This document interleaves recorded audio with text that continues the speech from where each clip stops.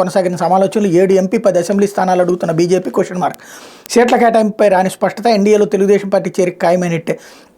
ఆంధ్రప్రదేశ్లో ఎన్నికల పొత్తుపై BJP అగ్రనేతలు Amit Shah, JP Nadda గురువారం రాత్రి తెలుగుదేశం పార్టీ అధ్యక్షుడు చంద్రబాబు నాయుడు, జనసేన అధ్యక్షుడు పవన్ కళ్యాణ్తో చర్చలు జరిపారు. వచ్చే సార్వత్రిక ఎన్నికల్లో ఎన్డీఏ కూటమి 400కు పైగా సీట్లు సాధించాలని లక్ష్యంగా పెట్టుకున్న ప్రధానమంత్రి నరేంద్ర మోడీ పాత మిత్రపక్షాలను తిరిగి తన దగ్గర చేర్చుకునే ప్రయత్నం చేస్తున్నారు. దీనిలో భాగంగానే తెలుగుదేశం పార్టీ తిరిగి ఎన్డీఏలో చేర్చుకునే అంశంపై కసరత్తు జరిగినట్టు తెలుస్తోంది. ఇక్కడే చూడండి ఎంత విషయం, ఎంత లాయల్టీ అంటే బానిసత్వం ఎలా చేస్తారు అనడానికి సాక్ష్యం.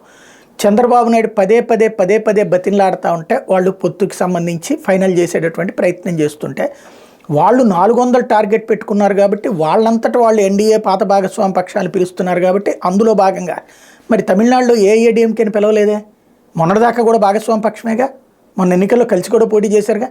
ఆ లెక్కనే తెలుగుదేశం పార్టీ 2014లో కలిసి పోటీ చేశారు, 19లో కలిసి పోటీ చేయలేదే. 2019 తర్వాత జరిగినటువంటి ఎన్నికల్లో అసెంబ్లీ ఎన్నికల్లో కలిసి పోటీ చేసినటువంటి తమిళనాడులో ఇవాళ ఏఐఏడీఎంకేని పక్కన పెట్టేసిందే. అదే సందర్భంలో జేడీఎస్ 2019లో వాళ్ళకి ప్రత్యర్థే, అదే సందర్భంలో 2014లో కూడా ప్రత్యర్థేనే. కాబట్టి దానికి దీనికి లింక్ పెట్టడం అన్నటువంటిది కావాలని ఆడే డ్రామా. చంద్రబాబు నాయుడిని బీజేపీనే పిలిచి మాట్లాడుతోంది, బతిన్లాడుతోంది అన్నటువంటి కోణాన్ని ప్రొజెక్ట్ చేయడం. లేకపోతే 7 ఎంపీ 10 పార్లమెంట్.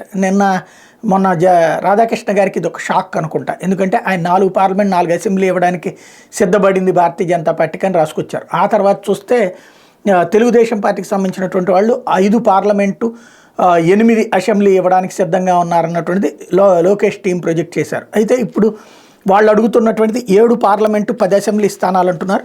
కానీ తాజాగా వినబడుతున్న సమాచారం ప్రకారం అయితే భారతీయ జనతా పార్టీ 10 పార్లమెంట్